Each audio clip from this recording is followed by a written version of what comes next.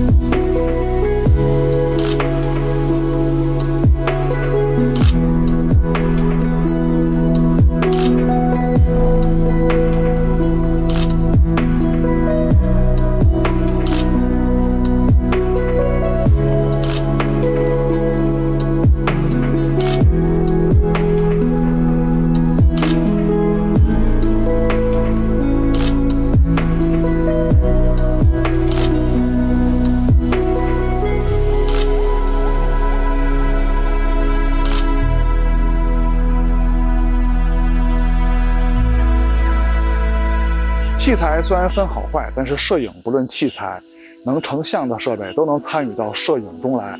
欢迎收看 ZPH， 别忘了点赞和加关注支持我们啊！那下面就来看看这样一台设备的表现吧。两台手机后摄都有3个镜头，都有主摄跟超广角。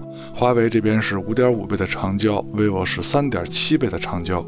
现在是华为拍摄界面的录屏 ，W 是超广角，1倍是主摄，2倍是主摄的数码变焦，5.5倍呢是光学长焦镜头，10倍是5.5倍镜头的数码变焦。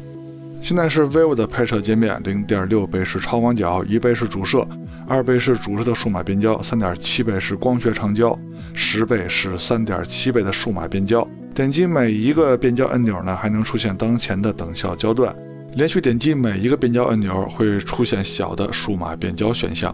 在拍摄界面上滑，当然现在是左滑就可以出现人文街拍相机模式。这个模式呢是鼓励大家横屏拍摄的模式啊，也有变焦按钮，也有很多的色彩模式可以选择。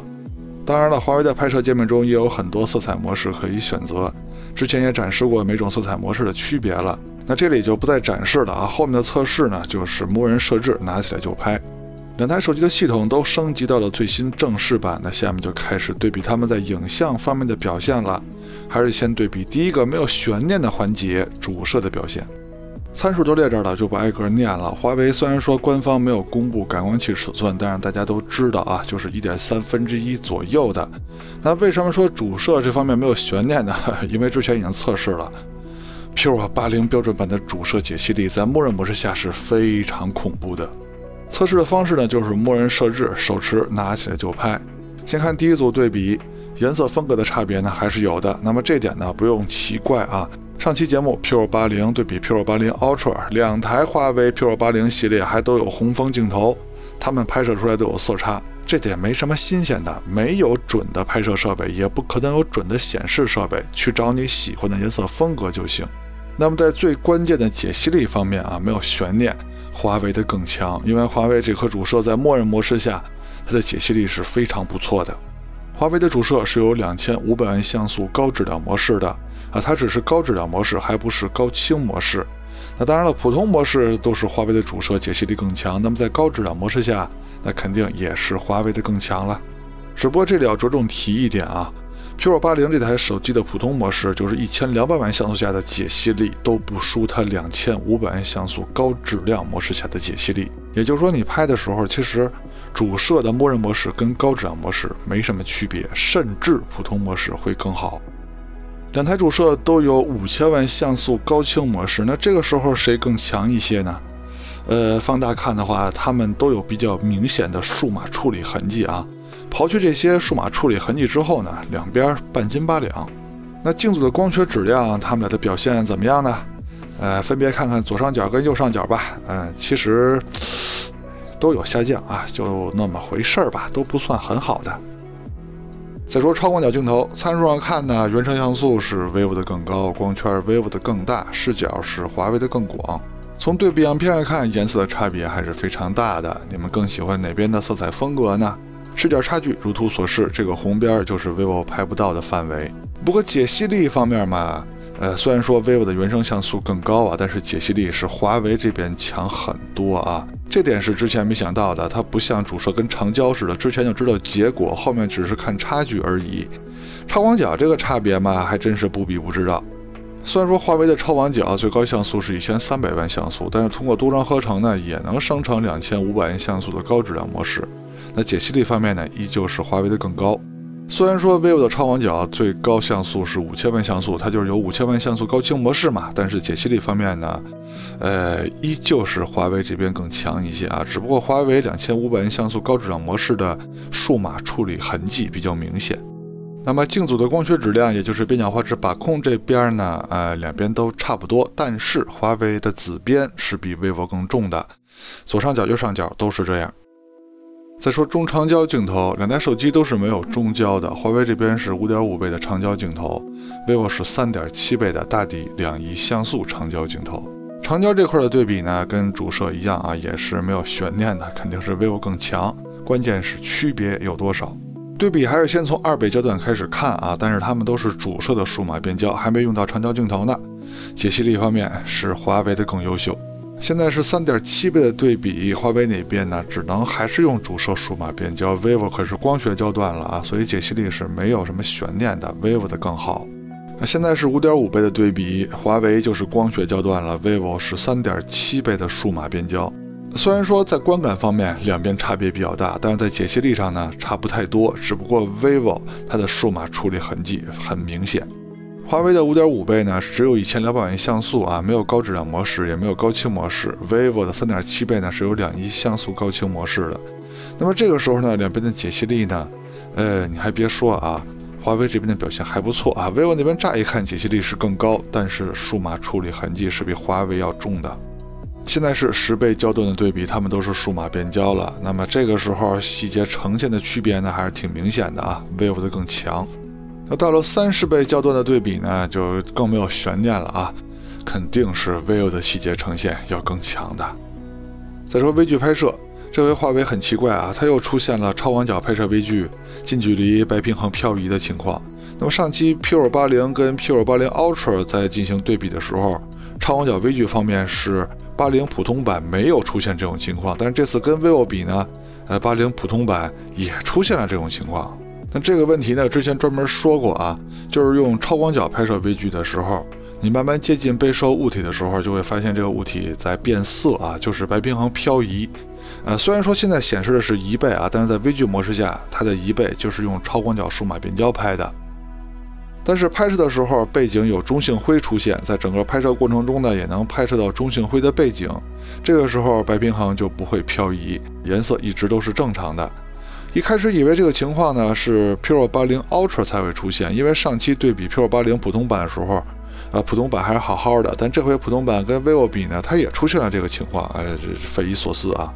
不过两边用超广角拍摄微距呢，解析力方面也算是旗鼓相当啊，都差不多。不过 vivo 这边呢，长焦就是3.7倍镜头呢，也是能拍摄微距的，还可以数码变焦到10倍。那华为这边呢，就只能用超广角数码变焦来拍摄微距了，那解析力方面差的就比较多了啊。vivo 在这方面还是更强的。再说前摄，先看前摄自拍的表现，两边用的都是前摄的默认设置啊，没有调什么其他的选项。首先说，华为的视角是更宽广的，更适合多人的合影。两边在磨皮美颜方面呢，华为这边也是更克制一些，看起来更自然。但是肤色方面呢，是 vivo 这边更红润一些。当然，在人物的清晰度方面呢，虽然说华为这边视角广，你看它的脸拍得更小，但是清晰度方面还是华为的更高一些。现在是前摄录像的表现，那这回呢，vivo 的表现就更好一些了，肤色更好看，也更亮堂，清晰度呢也是 vivo 的更高一些，防抖两边都是不错的啊。再说人像拍摄的表现，用的就是手机人像模式的默认设置，没有调其他的选项。第一个场景呢是在阴影中，就是人物在阴影中啊，不用说，就是 vivo 拍得更好，而且华为面部的抠图出现了失误。而且还是集体性的失误，就是每一张它都失误了。那么相比之下呢 ，vivo 这边虽然说看着人物边缘也愣一些，但是比华为要强啊。第二个场景呢是阳光直射的场景，在这个场景下，华为的人像拍摄比刚才可强多了，而且人物面部的抠图呢也比刚才强多了。但是相对于 vivo 而言呢，还是 vivo 拍的更好一点，对吧？蜘蛛扩张度的测试呢，现在的旗舰机呢都没有什么问题，但是作为次旗舰呢，它们还是有一点点问题的。这里挑了一些问题比较突出的场景啊，某些场景下它们的表现都还不错，亮部暗部的细节呈现呢都很好。问题呢主要出现在 vivo 这边啊，比如说这个场景，主摄暗部细节 vivo 有些偏蓝了，那华为那边呢就是暗部细节稍微有些欠缺，超广角呢华为也是如此。那么下一个场景呢，主摄的表现都没有问题，但是超广角呢 vivo 这边出现了多张合成失误的问题啊，发虚的地方有很多。再看夜景的表现，主摄跟超广角在普通城市夜景环境下，在有强光有阴影的这些测试场景中呢，他们的表现都还不错啊。但是离开这些场景呢，来到了城市环境比较暗的测试场景呢，主摄的表现两边都不错，但是超广角的表现是华为的更优秀啊，细节呈现的更多。那么中长焦的测试呢，在普通城市夜景下，从2倍开始到3.7倍、5.5倍，一直到10倍的数码变焦，它们的表现呢，虽然说略有区别，但总体来说都是不错的。那区别呢，依旧是在昏暗的场景下，先看3.7倍的表现啊，没有悬念 ，vivo 的更好。那到了5.5倍呢，虽然说华为这边是光学焦段了 ，vivo 那边呢是数码变焦，但是结果呢，依旧是 vivo 的更好。那到了10倍焦段呢，都不用放大啊，直接一看就是 vivo 的效果更好。来到了极暗环境，第一个场景祖传神速，这 vivo 不用把场景拍得这么亮吧？虽然说它拍得很亮啊，但是细节呈现两边还是差不多。超广角在这么暗的环境下呢，他们两个都是难以支撑的啊，也不用分出谁更强了。健身器场景也是啊 ，vivo 不用拍得这么亮啊，有点过于暴力了。虽然说它拍得亮，但是细节呈现呢也没有比华为多，而且看健身器上的细节呢，反而是华为的更好。超广角从观感上来说呢，看着挺明显的，但是细节呈现呢，两边其实差不多，而且它们都是没法跟自己的主摄比的。